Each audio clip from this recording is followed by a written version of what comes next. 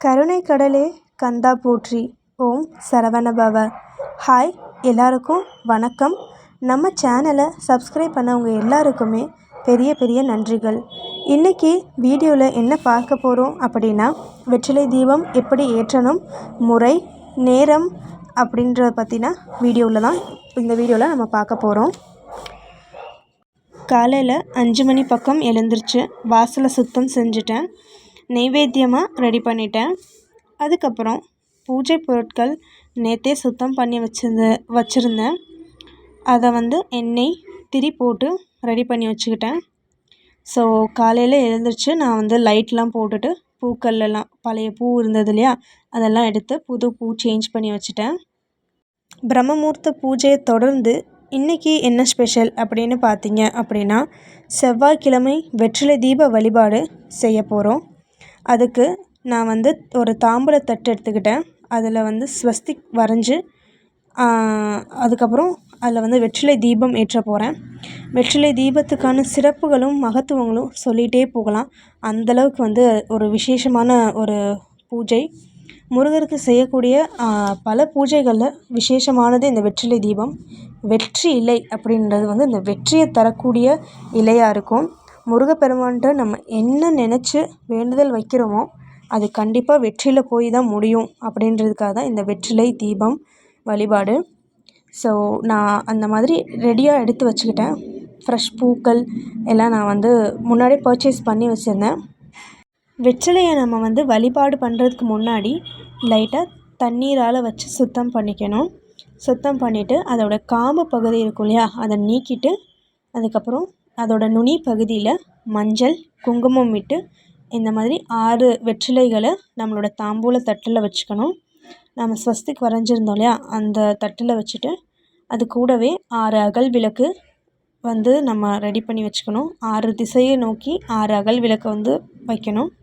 அதுக்கும் மஞ்சள் குங்குமம் இட்டு திரி இட்டு வச்சுக்கணும். அதுக்கப்புறம் இந்த தாம்பூல தட்டை நம்ம நல்லா பூக்களால் அலங்கரித்து வச்சுக்கணும்.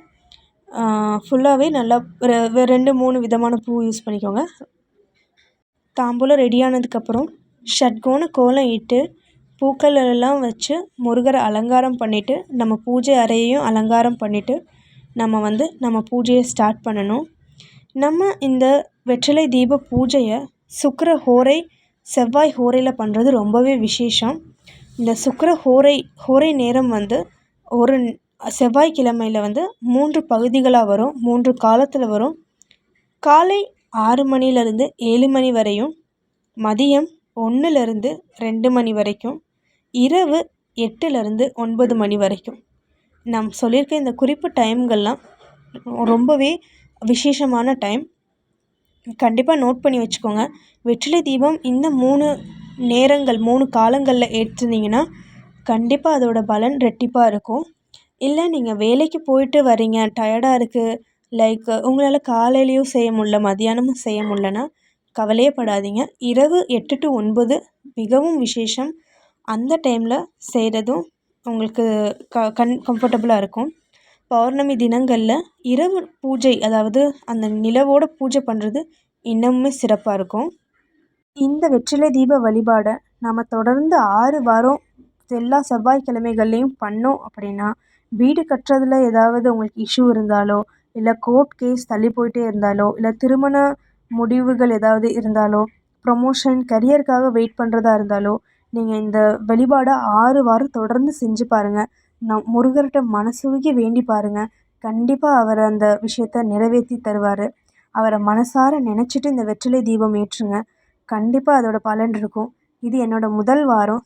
தொடர்ந்து நானும் 6 வாரம் இந்த வீடியோ அப்லோட் பண்ணுறேன். உங்களுக்கும் அந்த பாசிட்டிவ் வைப்ஸ் கிடைச்ச மாதிரி இருக்கும்.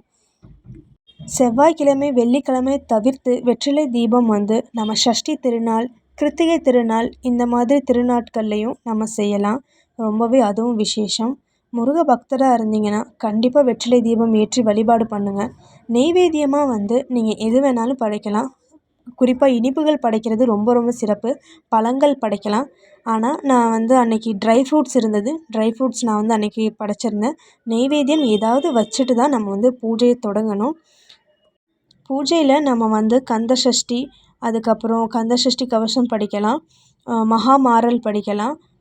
மகாமாறல்னு சொல்லக்கூடிய வேல்மாறல் பாராயணம் பண்ணலாம். இது மாதிரி பண்ணிவிட்டு அதுக்கப்புறம் நான் வந்து ஆராதனை காமிச்சேன். தீப ஆராதனைகள் காமிச்சிட்டு முருகருக்கு வந்து நான் வந்து என்னோடய பிரார்த்தனைகள்லாம் சொல்லிக்கிட்டேன். செவ்வாய்க்கிழமை ஒரே நேரத்தில் நீங்களும் இந்த மாதிரி வெற்றிலை தீபம் போட்டு வழிபாடு பண்ணி பாருங்கள். மனமுருக முருகர்கிட்ட வேண்டிக்கோங்க. உங்களோட பிரார்த்தனை அவர் கண்டிப்பாக நிறைவேற்றுவார்.